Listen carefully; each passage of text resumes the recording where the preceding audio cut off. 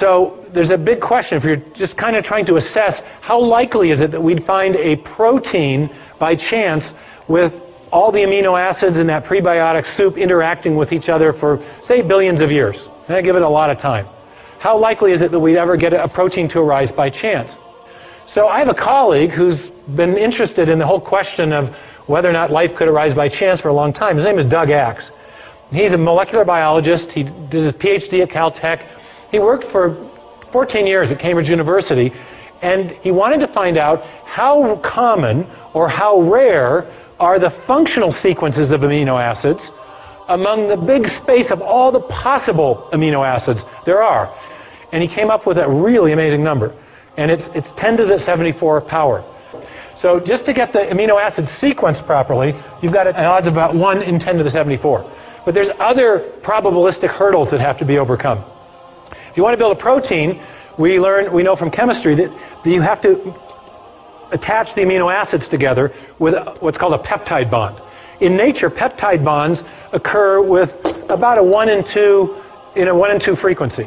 Half the bonds that form between amino acids are peptide bonds, half aren't. But if you get any bonds forming that aren't peptide bonds, you can't form a protein. So to form a protein, 150 amino acids long, you've got a 1 in 2 chance at each site of getting the correct type of linkage. So you got 1 in 2 times 1 in 2 times 1 in 2 times 1 in 2 to the what power?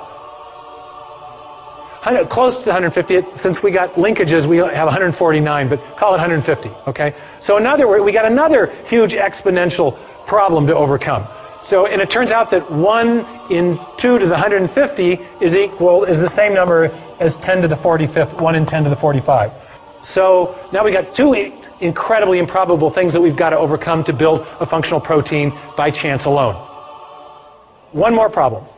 When you're building proteins, amino acids come in 2 flavors. There's a left-handed flavor and a right-handed flavor. They're called optical isomers, not flavors, okay? And the left-handed version is the only kind that can be used in building proteins. You get even one right-handed amino acid in there and your protein won't fold properly.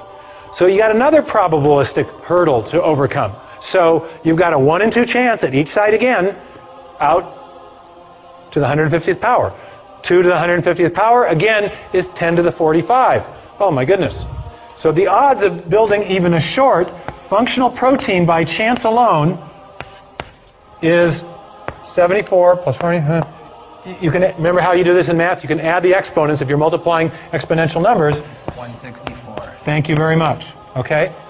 Wow. Now, can anyone get their mind around a number that big? There's only 10 to the 80th elementary particles in the entire universe.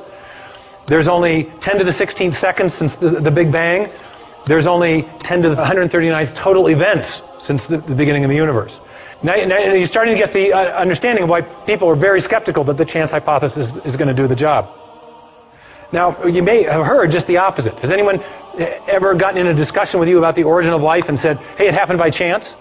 I mean, do you hear that? I mean, this happens to me. I'll be lecturing in hostile university environments, and I'll get done and somebody say, well, but, and they want to argue with me about the probabilities. And I just shut the discussion down because I say, no serious scientist thinks this is the way it happened. No serious scientist thinks this is the way it happened. No serious scientist thinks this is the way it happened. No serious